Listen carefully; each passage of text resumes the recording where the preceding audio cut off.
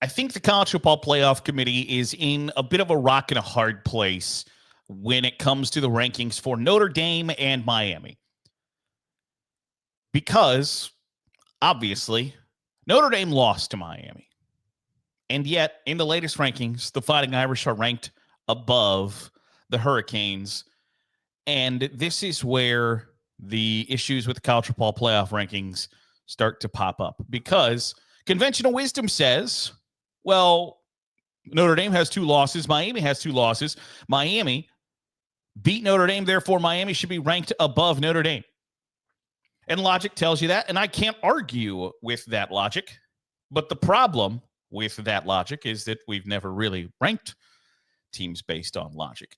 There are 2 ways, in my opinion, to set out to try to rank college football teams because there are so many different variables in schedule, etc. And especially hard when there's 25 teams that you've got to rank. You can do it by metrics. You can explain away why you believe that Ohio State's number 1, Indiana's number 2, Texas A&M's 3, Georgia 4, Texas Tech is number 5. And if you have statistical reasons for why you feel the way that you do, I don't think there's much to argue. Because ultimately it boils down to best team versus most deserving. Best resume versus most deserving. And those are subjective. You can have opinions on best team. I don't think most deserving is all that subjective. I think if you sit down and say, this is the criteria for which we are saying, hey, you have to meet these criteria to make the college football playoff. And if you don't, sorry about your luck. That's not what happens. And so you can sit down and put all the metrics, all the data, all the rankings, everything you want to say this is why we feel the way we do. But more often than not, the college football playoff does this. Well, I think they're really good. Okay. Explain why you feel the way you do. It is the term used is the eye test. Does Texas Tech pass the eye test? Does Ole Miss or Oregon pass the eye test? If I thought Notre Dame played Miami today, we believe that Notre Dame would win. Okay. Well, why? Why do you feel the way that you do? Well, that's just what we think. That's just how we feel. That's what we believe. What makes Notre Dame good? I just think they are. What makes Texas Tech look like they're one of the best teams in the country in your eyes? Well, you know, they have that look about them. Well, there's no way to quantify that. There's no way to sit down and say and argue, because ultimately what you have to do in this situation is argue resume. And I have no problem with that. But when you start saying things like, I think that Notre Dame would beat Miami on a neutral field. Okay. Well, we have some evidence that Notre Dame wouldn't beat Miami in an away environment because it happened. Now, I have no problem, none whatsoever, with thinking that Notre Dame is a better team than Miami right now. I have no issue with that because I think that's true. I think that if Notre Dame were to play Miami today, that the Fighting Irish would win by 2 touchdowns.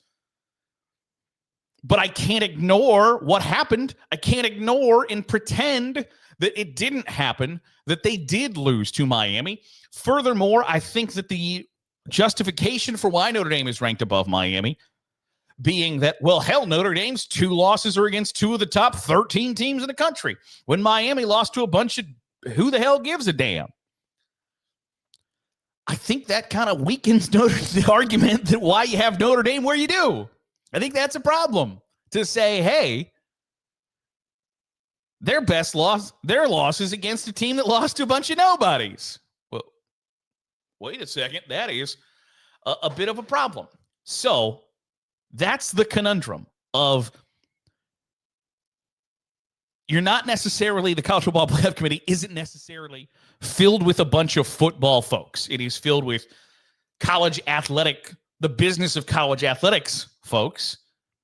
Athletic directors are not smarter than college football coaches, former college football players, etc. They're not. And so to just say, I hate hypotheticals because, and this is my weekly, probably, SEC bias complaint. The SEC never loses games hypothetically. If you were to say, hey, if Ohio State and Missouri played on a neutral field right now, I guarantee you there's somebody out there who will tell you why Ohio State would lose to 22nd ranked Missouri. And part of the reason, well, Missouri's played such a difficult schedule. Nobody's gone through the grind like the SEC has. Great. Okay. And yet Ohio State has better players at damn near every position, maybe not running back, but almost every position other than that. So am I supposed to pretend that that's not true and not the case? It's a byproduct of having such uneven schedules.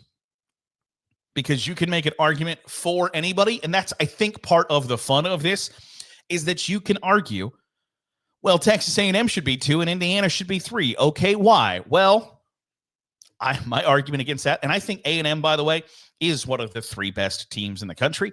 I don't know that Indiana is there, but they have certainly earned that reputation right this second. I think that the idea that because Texas A&M, and I'll say this till I'm blue in the face, that A&M is in the SEC, therefore they've played a more difficult schedule, is ridiculous because 4 of the 8 teams that they've played in SEC play have fired their coaches, and it wasn't because they were real great. And another team, Samford, we're already playing an FCS school who has 1 win on this season, has also fired their coach. So in 5 of their 12 games, the coach has gotten fired because they sucked at their job. I think that's hard to pound your chest and say, well, strength of schedule. But that's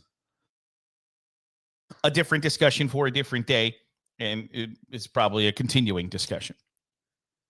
The SEC doesn't lose games on paper. And I think that you can't then say games on paper, Notre Dame would beat Miami, Notre Dame would beat Utah, would beat BYU, would beat Alabama. There's only one way to know that, and that's to play the damn games. The problem in this case is that they did play the game, and Notre Dame lost. Now, again, I think Notre Dame is better than Miami. I think Notre Dame, you can argue, has a better resume than Miami.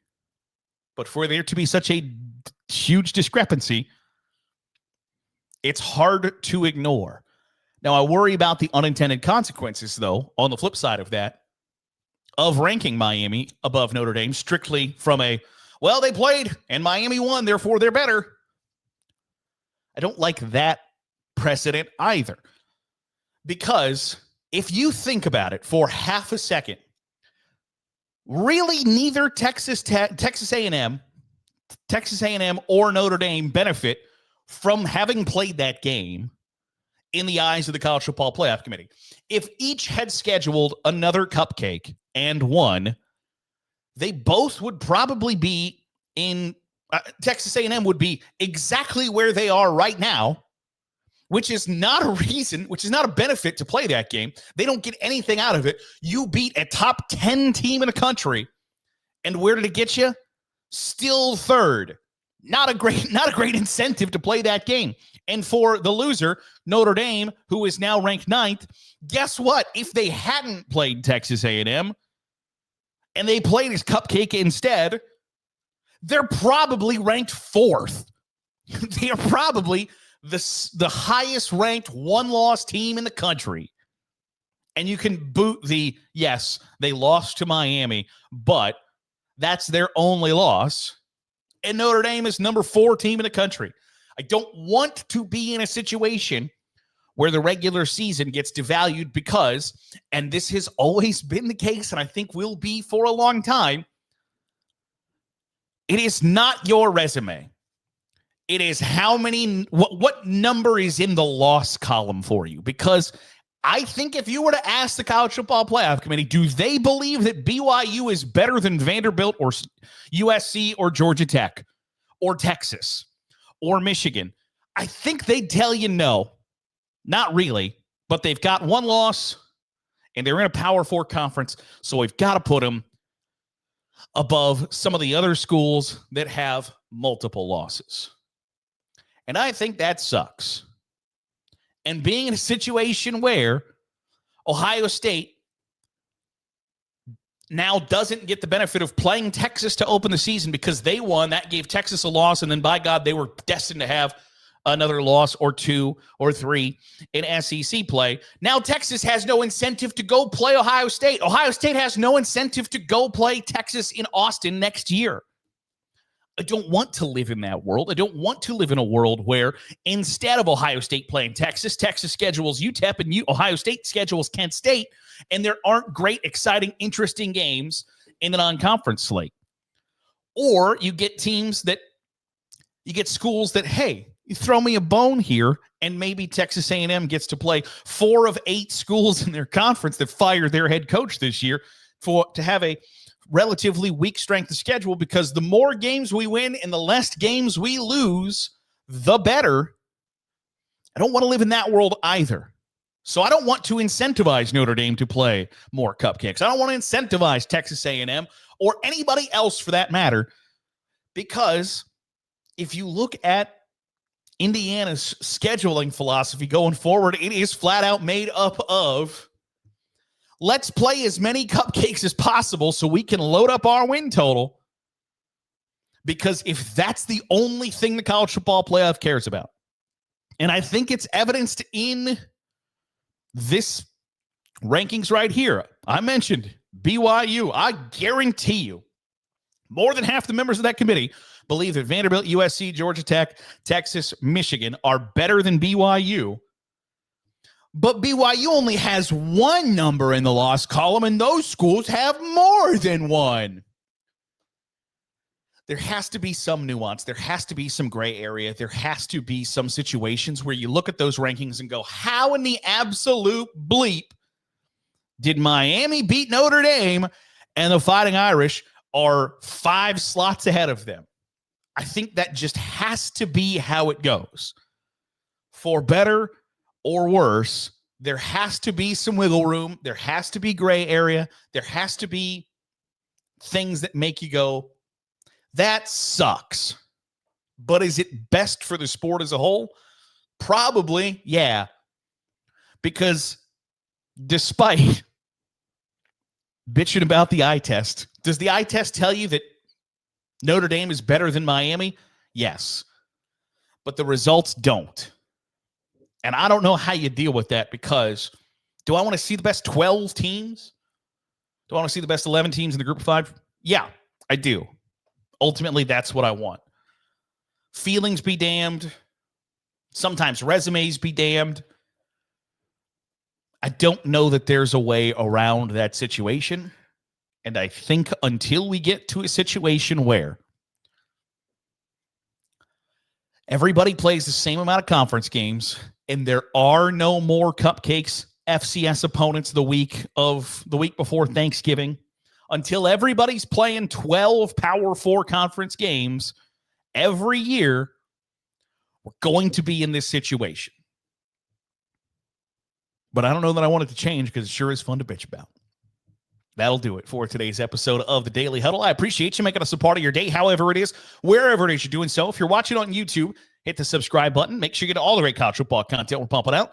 If you are listening on the podcast feed, drop a 5-star review. It goes a long way in helping out the channel. I'll see you tomorrow for another episode of the Daily Huddle.